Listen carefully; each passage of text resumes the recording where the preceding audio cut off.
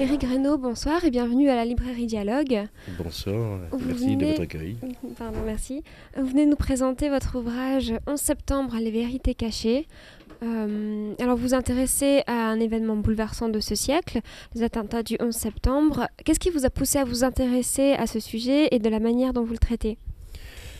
C'est-à-dire que dès l'origine, dès le premier avion rentré dans l'une des Twin Towers à New York, dès qu'on a appris qu'il s'agissait d'attentats, j'ai compris immédiatement que le monde était en train de changer sous nos yeux.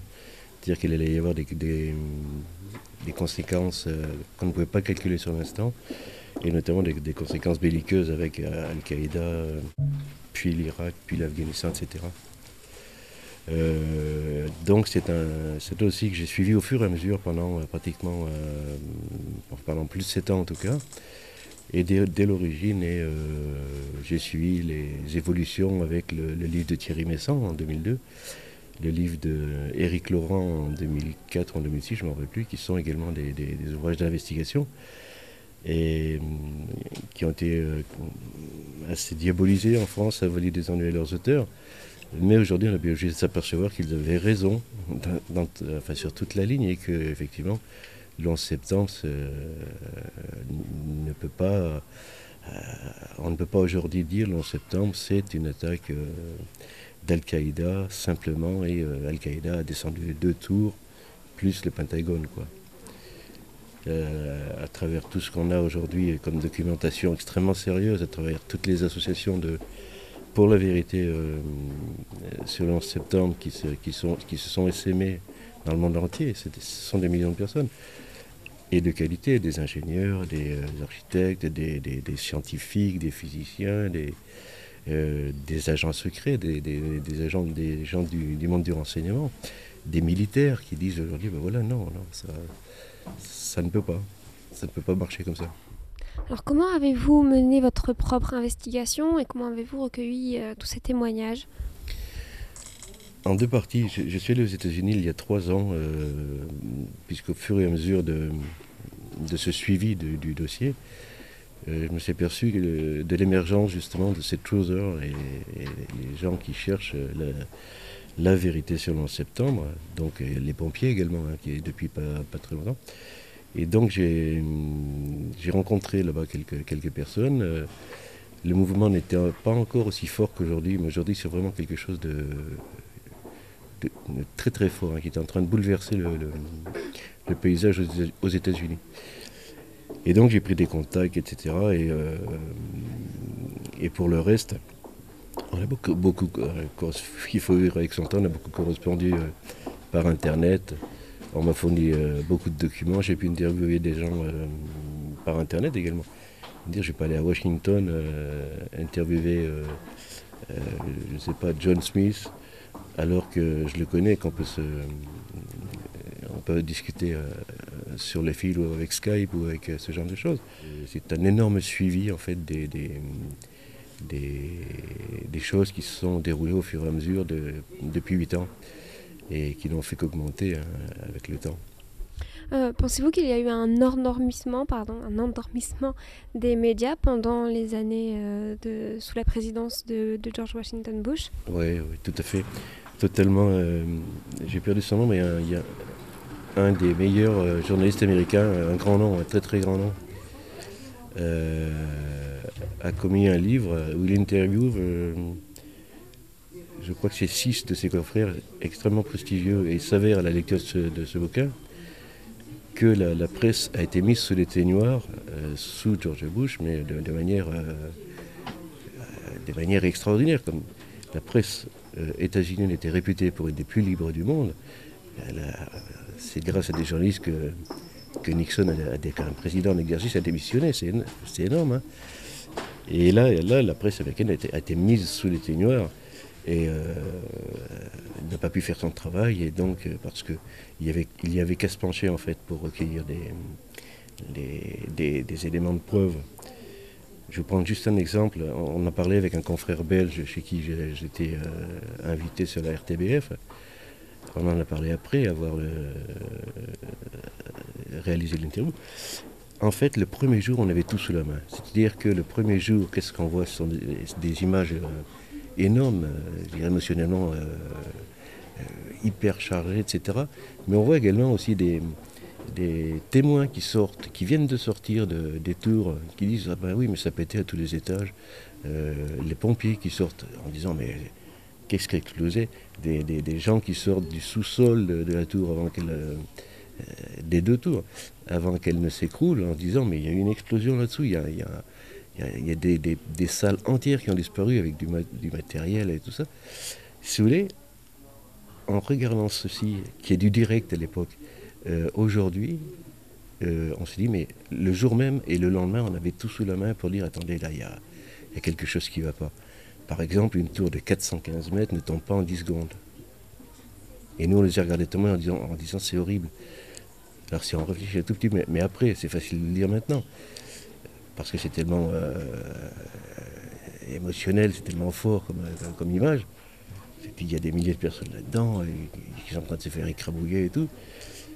Et c'est vrai que faites l'expérience, regardez aujourd'hui tomber une tour, une des tours des Twin Towers, et comptez jusqu'à 10, et puis vous direz que, comme je l'explique dans mon livre, si vous lâchez une pomme à 415 mètres de hauteur, elle met 10 secondes pour tomber. Le toit des Twin Towers était 415 mètres en hauteur, arrivera en même temps que la pomme par terre, c'est-à-dire à la vitesse de la chute libre, c'est-à-dire, je ne sais plus combien. Et ça supposerait que le toit de la tour n'aurait retrouvé absolument aucune résistance en tout, alors qu'il y a 147 ou 157 étages. Donc physiquement, mathématiquement, matériellement, c'est impossible. Et en outre, aujourd'hui, on sait que des traces d'explosifs ont été retrouvées dans les poussières du World Trade Center qui ont été récupérées à l'époque. Et il s'agit d'explosifs de dernière génération à usage strictement militaire, fabriqués uniquement sous licence militaire. Et ça, Al-Qaïda n'a pas ça dans ses grottes. C'est assez clair, quoi. Pensez-vous qu'aujourd'hui, l'arrivée de Barack Obama au pouvoir permettra peut-être d'ouvrir certains dossiers? Je le pense, mais c'est l'arrivée, comme vous dites bien le bon mot, c'est l'arrivée de Barack Obama. Parce que lui n'a pas de marge de manœuvre sur cette histoire, parce que c'est énorme. Hein. Si vraiment il y a enquête, réouverture d'enquête, procès, etc., exemple, c'est la peine de mort pour Bush ou pour Rumsfeld et les autres qui étaient au courant. Donc Obama n'a pas de marge de manœuvre parce que bon, il se méfie, on peut le comprendre, hein, on en a vu d'autres là-bas. En revanche, son arrivée a libéré la parole, et notamment de militaires, notamment de gens du renseignement, notamment des pompiers, depuis pas très longtemps. Alors, Obama procède aussi par petites touches. Par exemple, il a nommé un procureur spécial. J'avais repéré ça l'année dernière en me disant, je connaissais le procureur, en me disant, ce procureur-là, à cette fonction-là, il y a un truc, quoi. Bon, et le fait est que il a levé, en fait, il n'y a pas très longtemps, hein, il y a quelques semaines, il a levé le secret total qui était demandé aux pompiers qui avaient bossé sur les effondrements des Twin Towers. Ce qui fait qu'aujourd'hui, les pompiers américains, les pompiers de New York, ont monté leur association de pompiers pour la réouverture d'une enquête et pour la vérité sur le 11 septembre. Et eux savent de quoi ils parlent, ils étaient dedans. Hein. Et effectivement, ça a explosé à tous les étages. Et ils ont laissé quand même 350 camarades, ou 343 camarades, je crois, dans l'histoire. Ils sont partis à 650, ils sont revenus à 300. Quoi. Et voilà. Finalement, quelle est votre conclusion de toutes ces recherches? Ma conclusion? Votre interprétation finalement de ces attentats du 11 septembre? Qu'est-ce qui a suivi le 11 septembre, l'attaque en Irak? Avant le 11 septembre, l'opinion publique pour aller se battre en Irak est favorable à 12 ou 15%, je crois. les États-Unis ne peuvent pas s'embarquer dans une guerre avec des opinions favorables aussi peu élevées. Syndrome de Pearl Harbor. Pearl Harbor, c'était un choc énorme, mais à l'époque, les Américains se foutaient royalement de l'Europe. Et puis en 40, 41, quel échange entre les États-Unis et la France, à part le bateau, quoi. Et au fin fond du Kansas, je veux dire, le Pékin moyen ne connaissait strictement rien de l'Europe.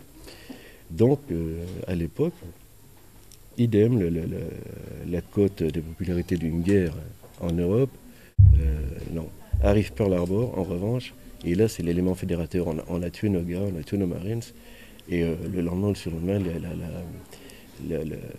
les sondages remontent en flèche, et il y a des files de 2 kilomètres de jeunes qui vont s'engager pour aller à la guerre contre les Japonais qui débarquent en Normandie. Bon, ça, c'est une autre histoire. Et le 11 septembre a eu exactement le même rôle. C'est-à-dire que ça a remobilisé toute la nation américaine qui a cru ce qu'on lui montrait. Et ces salauds d'islamistes nous ont attaqués, battus chez nous. Et en ça, donc, il y a eu un gros déclic dans la population états-unienne qui a donné son aval. Et dans la foulée, le Congrès a voté les crédits aussi, parce qu'il y a ça. Le Congrès a voté les crédits absolument énormes, ce sont des milliards de dollars, pour aller donc chez Saddam, en fait, chercher du pétrole, quoi, autre chose. Très bien, Eric Renaud, merci pour ces réponses. C'est moi.